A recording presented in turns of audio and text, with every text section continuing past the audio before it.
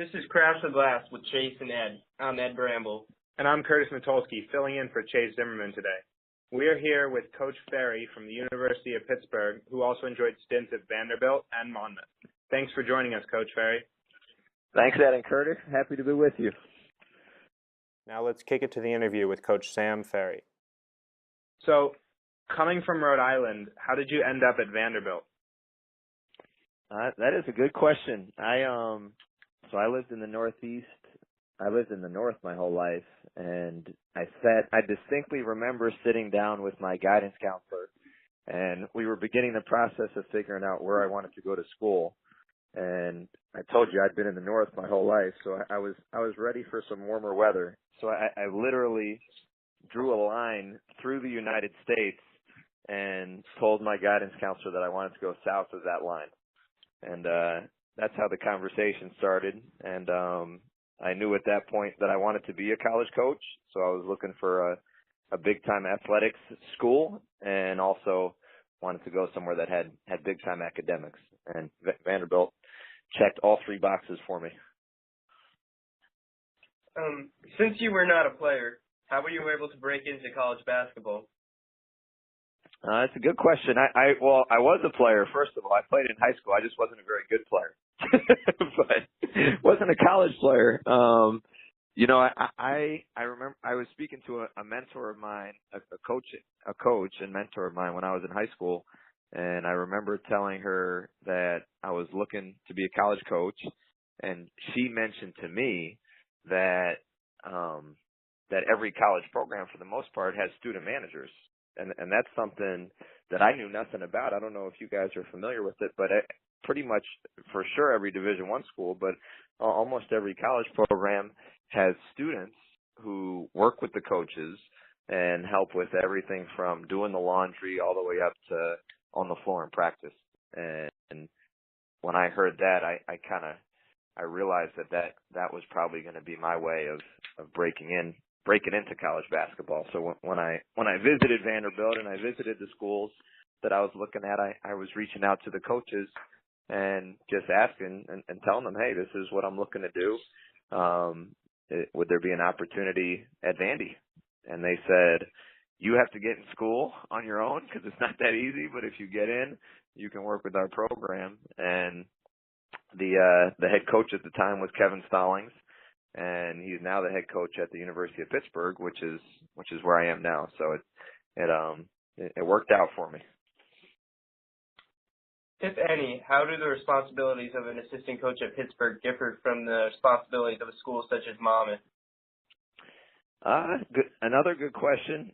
It's funny because part of you would think that when you go to the ACC, which a lot of people would consider like the top level of college basketball, that it would be more responsibility. Like a friend of mine said the other day, it's like, I go to bed early. I'm an early sleeper. It's partly because of my fiance. She got me going to bed early and waking up early.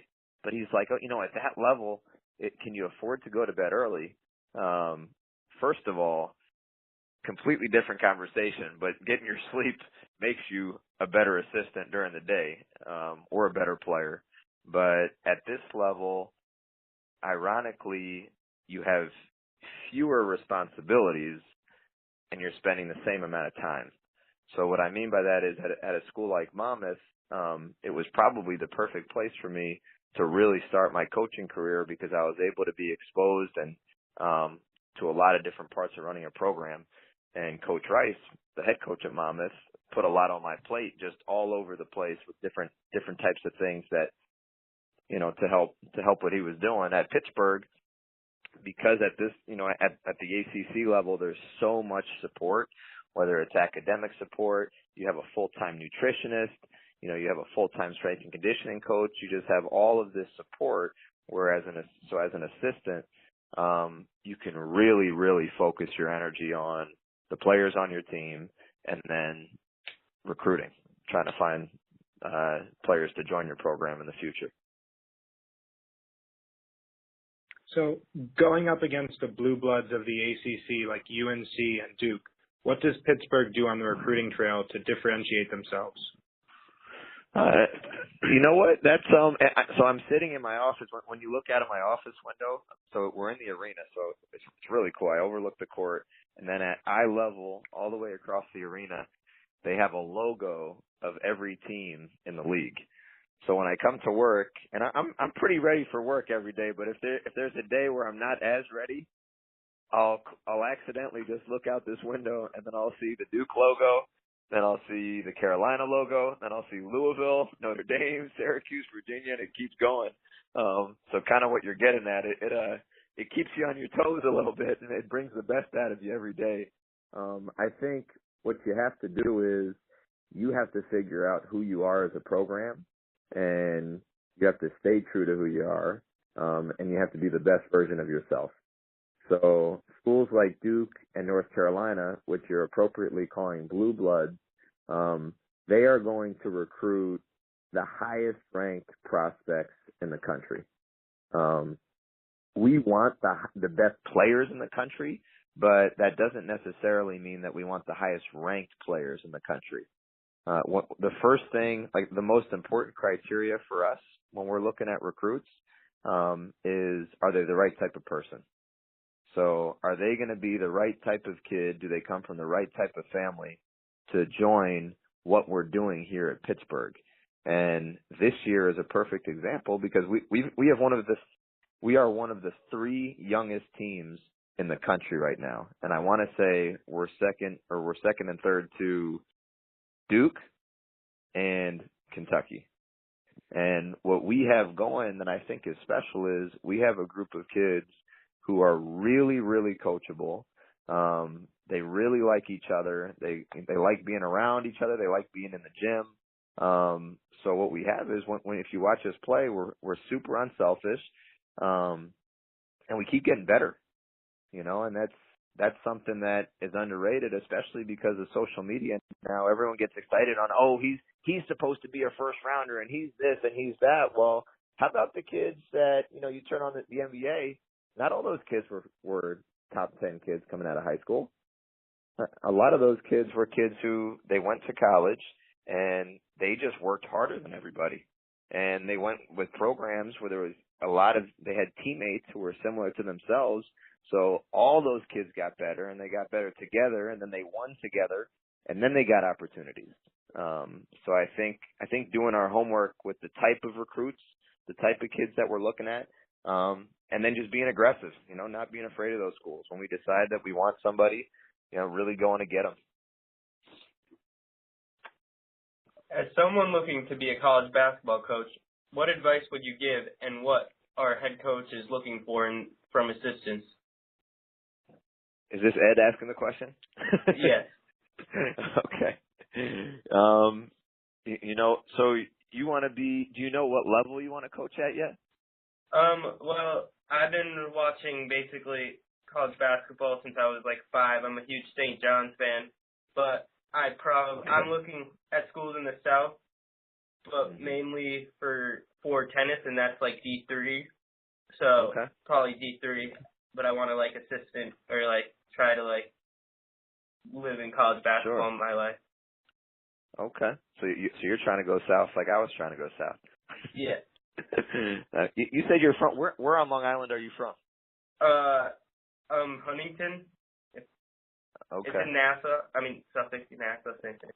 Okay, gotcha. I lived in Long Island for 5 years. I lived in Southampton, and my mom grew up in Queens, so I would so I still go back to Long Island a ton. But you know what? First of all, what I would say is, if you want to break into college coaching, you absolutely can, and there's a million different ways to do it. So there's guys who played in the NBA who get into it. There's guys who never played college basketball who get into it.